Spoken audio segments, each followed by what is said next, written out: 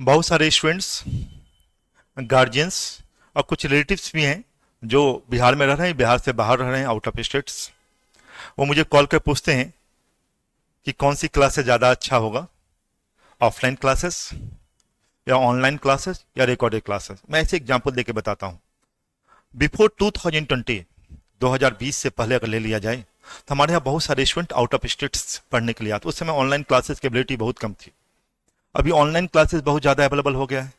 अभी हाल ही में मैंने देखा, पहले भी और अभी हाल में देखा है कि हमारे कुछ स्टूडेंट्स हैं जो एनरोलमेंट लिए हैं, पर्टिकुलरली गर्ल्स, छत्तीसगढ़ से हमारे यहाँ पढ़ने के लिए आए हैं, मध्य प्रदेश से हमारे यहाँ पढ़ने के लिए आए हैं, बैंकिंग एसएससी कोर्सेज के लिए, पर्टिकुलर बैंक पीओ एसएससीजीएल के लिए।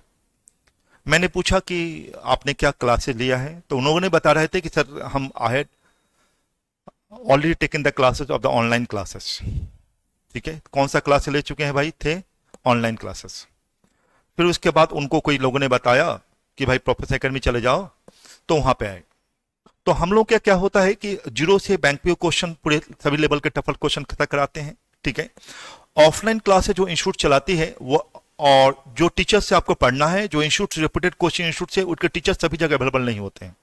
इसलिए आप ऑनलाइन भी क्लासेज लें तो उस हाइब्रिड मोड में जो क्लासेस चल रही है वो लें। और हाइब्रिड मोड प्लस जो ऑफलाइन क्लासेज हो वही लाइव क्लासेज चले, उस इंस्टीट्यूट को प्रेफर करें, उसी बैच में एडमिशन लें। जो ऑफलाइन क्लासेज है वही ऑनलाइन क्लासेज होगा। हर एक टॉपिक खत्म होने के बाद टेस्ट होता हो, उस कोचिंग में जाएं। और आपको याद रखें, गवर्नमेंट जॉब की तैयारी करें तो बैंक पीओ तक पढ़ाता हो, ऐसे सीजीएल तक पढ़ाता हो, ऐसे कोचिंग में करें। रेंडमली कहीं से भी क्वेश्चन को सॉल्व करवाए वो टीचर्स।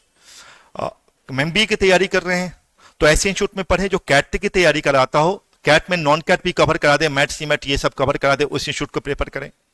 ठीक है, तो आपको आसानी से, आप ऑनलाइन क्लासेस में थोड़ा कॉस्ट थोड़ा कम लगता है, लेकिन सिर्फ मोटिवेटेड होना होता है। रिकॉर्डेड क्लासेस थर्ड पार्ट है, वहां पे टीचर की बहुत सपोर्टिंग आपकी नहीं हो पाती है। ठीक है ना, वहां पे बहुत चीपेस्ट कॉस्ट होता है, लेकिन वो रिकॉर्डेड क्लासेस जो होता है क्लासरूम का ही रिकॉर्डेड क्लासेस होती है। ठीक है, तो इन तीनों में सबसे अच्छी क्लासेज होती है ऑफलाइन क्लासेज होती है। ऑफलाइन क्लास में स्टार्टिंग टू एंडिंग पूरे सपोर्ट रहती है।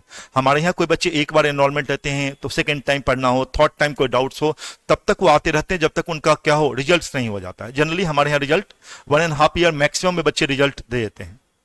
अब बच्चे पूछते हैं कब हम तैयारी शुरू करें।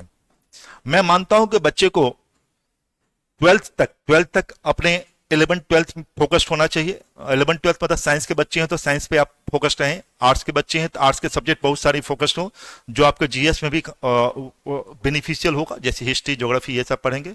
कॉमर्स वाले हो तो कॉमर्स से फोकस्ड हो।